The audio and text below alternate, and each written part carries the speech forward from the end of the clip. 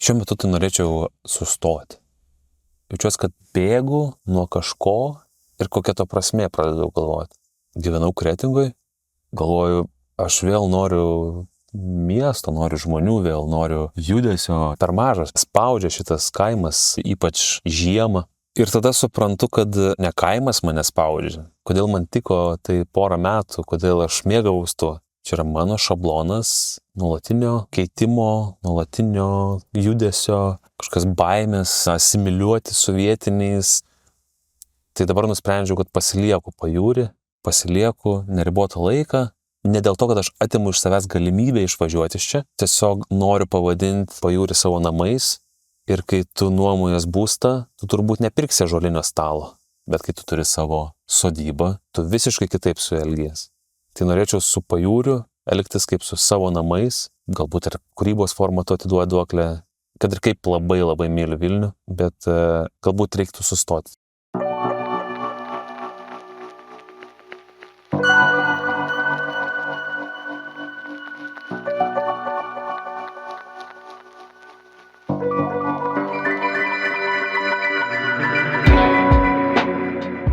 Labas, aš Bernardas ir vėl susitikau su rašytoju prisistatančiu slapyvardžiu Sausis upė. Šį kartą kalbamės apie naują jo knygą Skęstančios salos.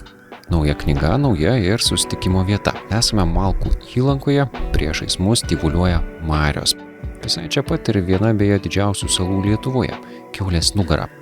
Man atrodo, tai puikiai vieta pokalbiui.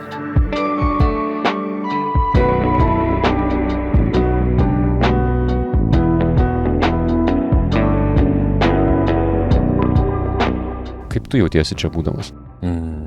Aš kažkaip labai daug gyvenime chaotinau, blaškiausi ir jaučiuosi, kad dabar norėčiau sustoti. Bandau susidraugauti su šitom apylinkėm. Kiekvieną kartą vis dar viskas labai keista atrodo. Kartais važiuoju ant žemėlapio, matau, kad jūra šalia ir galvoju, bet aš čia gyvenu, čia mano pasaulis. Kažkokia turi pasakiškumo, to žemyniniai daly užaugus. Nerealus tas vaizdas, atrodo, kad dar ir tai būna. Ir dabar tu mane čia atsivežiai. Dar kartą sunku patikėti, kad čia mano pasaulis, kuris yra 10 minučių nuo namų. Tai kažkoks va toks jausmas. Na taip, jūra, marios, ko gero būtų keista, jeigu niekaip neveiktų. Kas gina teritoriją istoriškai? Gina teritoriją tas, kas toje teritorijoje įleidė šaknis. Jeigu tu esi ūkininkas turintis kažkiek hektarų žemės, čia laksto tavo vaikai, arba tu čia gyveni 50 metų šitam bute, kieme, sūpuoklis, ant kurių supais tu, tavo ten tėvukas ir taip toliau. Ir tu nori ginti šitą nuo invazijos į tavo miestą. Čia mano žemė, čia mano supynės, čia mano parkelis, čia mano skveras. Kad ir kaip tai beskambėtų, ir žinau, o ką aš ginčiau? Vilnių, Kauną, Šiaulius, savo tėviškę. Kol kas labiausiai manau, kad aš ginčiau pajūrį. Dėl to mano požiūrio pakitusio. Bet jeigu žiūrėčiau į pajūrį, kaip aš iki šiol žiūrėjau, kaip į laikiną stotelę, tik tai svečias čia. Susidedu daiktus ir išvažiuoju.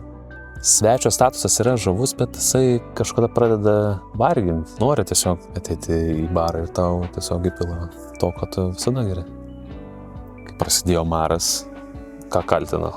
Atvykėlius ir visokius nevietinius. Atvykėlis yra visada atvykėlis. Tuo pačiu su juo ir maloniai, bet tuo pačiu jis nėra savas. Tai pavargau būti svečias, Pavargau būti svečias. Noriu turėti savo bendruomenę, turėti savo žuvies pardavėją, kaimyną, su kuriuo kartu šunį vedžiojam, savo namus, savo takelius, savo ritualus. Galvodamas apie naują kūrinį, galvoju, kad labai gražu būtų įdėti kuo daugiau pajūrio. Atiduoti duoklę tai vietai, kurioje tu būni. Gal netgi panerti kažkokius istorinius faktus. Kažkodėl man atrodo, kad tame yra daugiau išliekamosios vertės.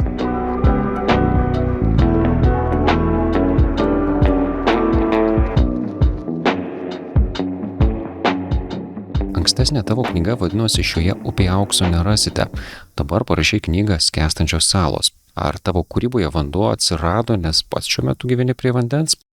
Tėvas visada sakydavo, kad turi tokio prisikalbėjimo, tokio kaip prakeiksmą. Net namie yra toks netapęs bairių, kad tėvas vėl prisikalbėjo. Ir aš jaučiu, kad turiu panašų prakeiksmą, bet gal ne prisikalbėjimo, o užsiprogramavimo galbūt, nes yra Sausis upė, tada kaip tu minėjai kažkada mūsų asmeniniam pokalbį, kad praeita knyga buvo šioje upėje aukso nerasti, ten atsiranda kažkoks upės leitmotyvas, tada dabar čia vėlgi kažkas skęstančios salos, kažkoks irgi vandenų vaizdas. Ar nėra taip, kad aš kažkada užsidėjęs tą pavadinimą, prisikalbėjau ir galiausiai čia atsiradau ir sukuos kažkur šalia tų salų, sakykime. Ar nėra taip, kad tapęs Sausiu upę prisišaukiau tuos vandenynus šalia?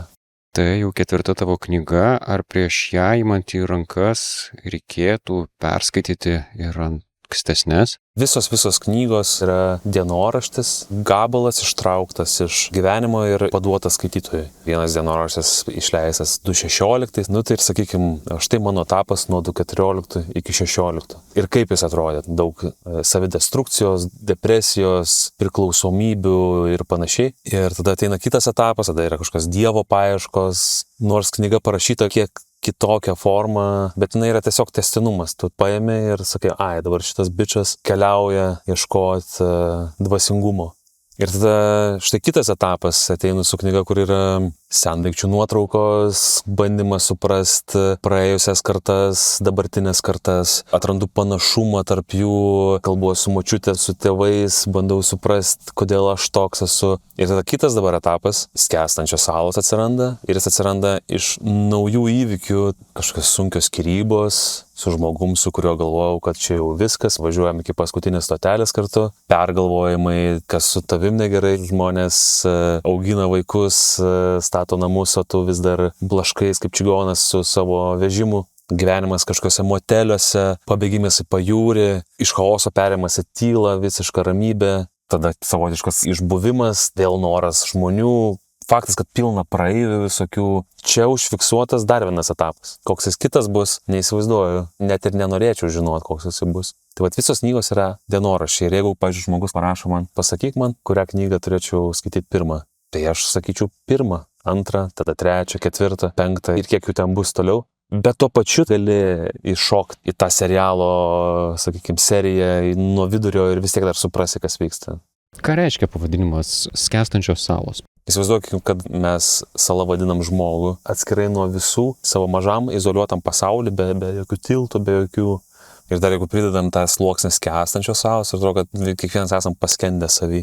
Tai knyga yra apie nesusikalbėjimus, apie norą susikalbėti ir nesusikalbėjimą. Tai yra metafora nesusikalbėjimam, tos izoliuotos, savy paskendusios būtybės.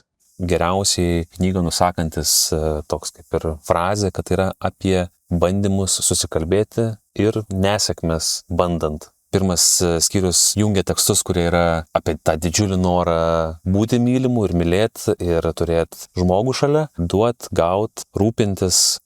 Ir tada iškart skyrius, kuris pasakoja apie atsidūrimą į sieną ir nesugebėjimą gauti šito, ko tu taip labai trokšti. Ta nesusikalbėjimą su moteriam, sakykime, tas yra antras skyrius. Ir tada trečias yra apie susikalbėjimus ir nesusikalbėjimus su kitais aplinkiniais, tai yra tėvais, draugais, bičiuliais, praeiviais, galbūt kolegom, jų istorijos, mano istorijos apie juos. Ir paskutinis skyrius, kuris pasakoja apie bandymą suprasti save, susikalbėti su savim, savirefleksija, visko, ką tik matėm. Tai ir galas viskas apie bandymą susikalbėti su žmonėm ir savim. Su kuo labiausiai nesusikalbėjo Sausis rašydamas knygą? Pirmą mintį sakyčiau, kad labiausiai nesusikalbėjau su moterim, bet labiausiai nesusikalbėjau su pačiu savim. Nes kai kartoji dalykus, kai suki tos pačius šablonus, tu neišmokai kažkokių pamokų. Turbūt dėl kiekvieno įvykio galiausiai reikėtų save pabarti, ypač jeigu jis yra pasikartotinas. Kažką supratai apie save patį, rašydamas skęstančias salas? Kiekvienoje knygoje yra suvokimai ar savianalizė, bandymas suprasti, apie ką čia buvo. Tai aš jaučiu, kad ir šito yra. Ir jie gal net kartais kartojas. Jaučiuos kažką supratęs. Tai gal čia yra toks nesibaigiantis darbas. Suprasti, bandyti keistis, bandyti priimti save, bandyti priimti kitus. Gal netgi liūdna būtų, jeigu tai viskas būtų aišku. Kaip tu galvoji, kodėl skaitytojai ar skaitytojai turėtų patikti ši tavo knyga? dauguma žmonių skaitydami tuos tekstus dienoraščių tikrai randa save. Esu įsitikinęs. Tai yra tiesiog melancholiškas popsas, aš sakyčiau. Tu ten tikrai rasi savęs, savo draugo, savo tėvo, savo kažkokių psichologinių traumų, savo nepasitikėjimų savim, norų mylėti, negebėjimo gautos meilės, nesukalbėjimo su bičiuliais. Aš manau, kad visi mes per tos pačius praeinam. Ar galima sakyti, kad tavo knyga iš dalies yra ir apie melancholiją? Jo. Apie kasdienybės melancholiją. Turiu labai daug melancholijos, tokios tamsos galvoju ir fiksuoju va taip.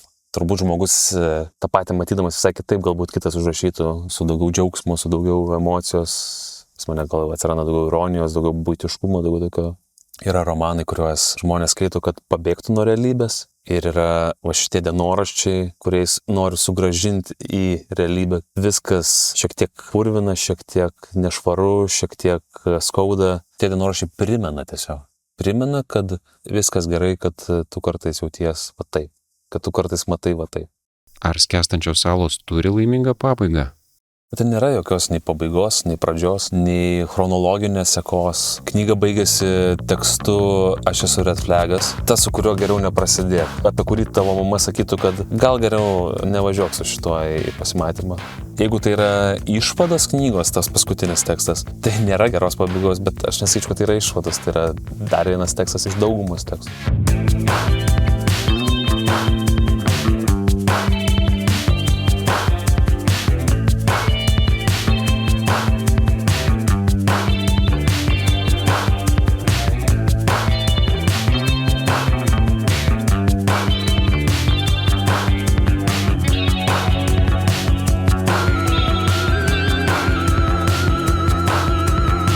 Knygą planavai išleisti šiek tiek anksčiau, tačiau mūsų pokalbio metu tau paskambino iš spaustuvės ir sužinojo, kad procesas užtruks.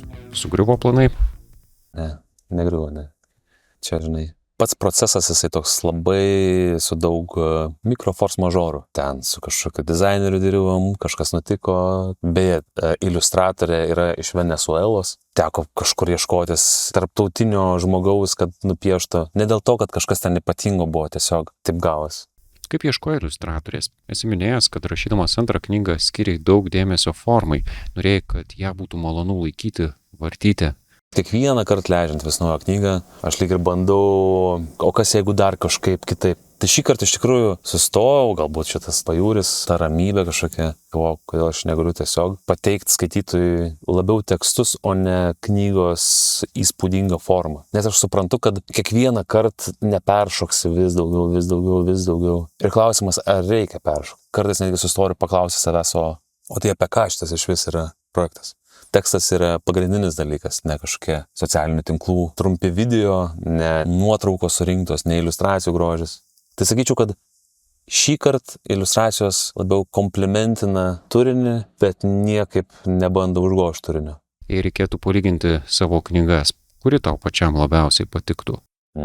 Šitą tai būtų sudėtinga padaryti, nes turiu tokią nuotrauką namie, kur mama pasakojo tos nuotraukos istoriją, tai kad atvažiavo fotografas į darželį ir sako, pastatom sausį, nufotkinam prie eglės, anksčiau už kitus vaikus, nes sako, pažiūrėkit, kaip jis jau dabar atrodo, su primyštų klynu, su burokais marškiniuose, visas murzinas toks, žinai. Ir stoviu aš prie glutės ir akivaizdžiai matosi juodai balta nuotrauka, juoda dėmė ant klyno, tokios dėmės ant marškinių, toks įsižiojęs su kažkokio dovanėlė. Ir ar tą nuotrauką aš išmeščiau? Niekada. Gėdinga kažkokia, kaip ir turėtų būti, ne? Teoriškai. Ta nuotrauka užfiksuoja mano etapą, mikro sceną iš mano gyvenimo. Labai noriu, kad jinai būtų ta nuotrauka forever. Jin man nėra gėdinga, vertinu ir aš noriu, kad kuo daugiau būtų tokių kadrų su primištais klynais. Nė viena iš tų knygų man nėra brangesnė, žinai, čia vienas kadras kažkoks gėdingas, čia kitas kadras kreivas, arba atvirkščiai labai tiesus. Tai kaip nuotraukų albumas, daug nuotraukų ir tik kurios va šitos nuotraukos gražiausios. Jauti gėdą skaitydamas ankstesnės savo knygas? Gal ne kiek gėda, bet yra, žinai, matau, sakykim, pirmojo knygoje tą tokį kaltinimą kitų, visi čia mane paliko, aš vienas prieš visą pasaulį. Tokios, žinai, paaugliškos, gal net destrukcijos, maišto tokio. Ir tai buvo šiaip sergančio žmogaus tekstai, galvoje savo užstrigusio. Ir jeigu man kažkas taip pasakotų šiandien, sakyčiau, yra priemonių, kaip tu gali išlipti šitos būsenos. Tu tiesiog pastrigęs čia. Nelabai norėčiau su to žmogum galbūt kalbėti, nes galvočiau, tu mane gali nusitemti savo pelkes. Galėtų būti gėdinga girdint iš kito žmogaus tai. Bet save žiūrint, aš tai žiūriu kaip į etapą. Taip, buvo toks etapas. Aš jau užfiksavau, labai džiaugiuosi, kad užfiksavau. Aš galiu galbūt kažkada perskaitęs užkirsti kelią, kad negrįžčiau į tą etapą. Galbūt aš galiu paduoti žmogui, sakyti, jaučiu, kad tu šitam etape pabandyk atrasti save, galbūt padės tau.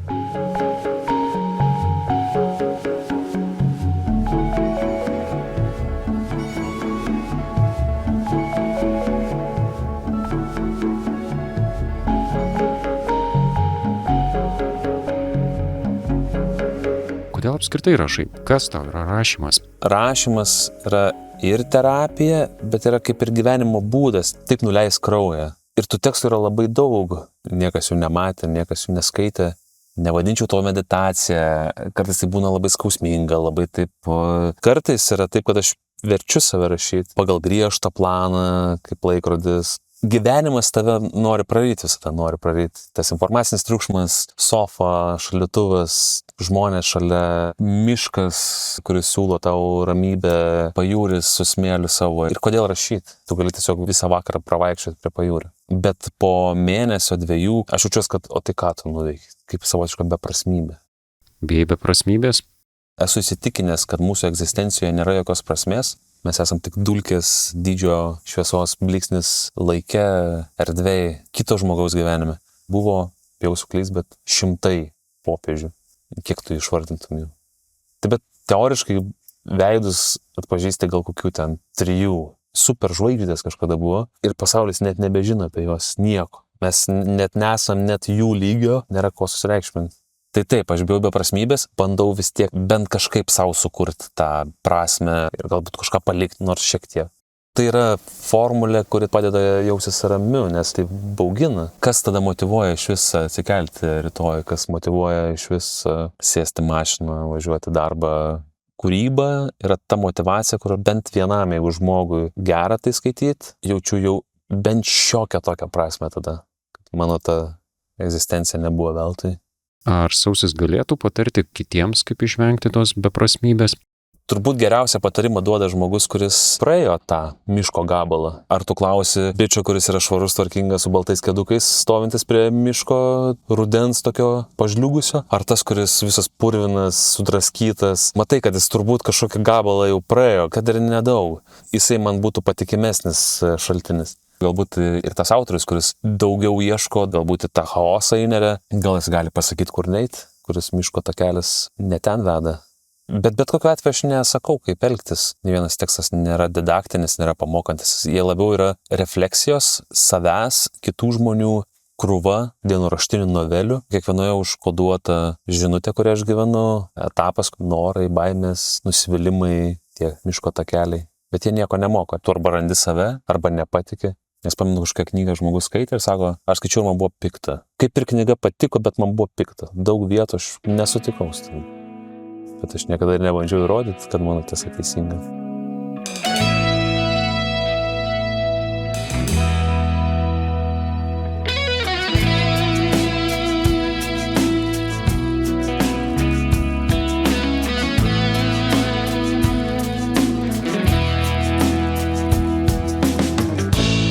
Ko palinkėtum savo? Autorius, toks kaip aš, šiek tiek skriaudžia savo skaitytojus, duodamas jiems po knygą kas 4 metus. 4 metus laukt, kad perskaitytum per savaitę knygą, yra šiek tiek nesąžininga. Tuo labiau, žinant, kad autorius sugeba parašyti daug teksto ir galėtų tų knygų daug daugiau atiduoti skaitytojui. Tai norėčiau padaryti eksperimentą, kad į metus atsirastų bent po knygą. Norėčiau savo palinkėti šitą. Tai yra nauja knyga, aš tikiu, kad jinai pasirodys pavasarį. Jeigu nepasirodys, tada tikrai pasirodys po metų. Tekstų yra, tiesiog linkiu savo, kad jie taptų knygom. O skaitytojui? In the end of the day, man atrodo, svarbiausia yra, ar tu buvai laimingas. Man atrodo, mes labai dažnai formulėm, taisyklėm, kitų pavyzdžiais naudojamės ir galiausiai nesam laimingi vien dėl to, nes darom taip, kaip neva reikėtų daryti. Sako, tu susidėjai daiktus ir išvažiuoji. Kaip norėčiau susidėti daiktus ir išvažiuoti. Susidėk daiktus ir išvažiuoji.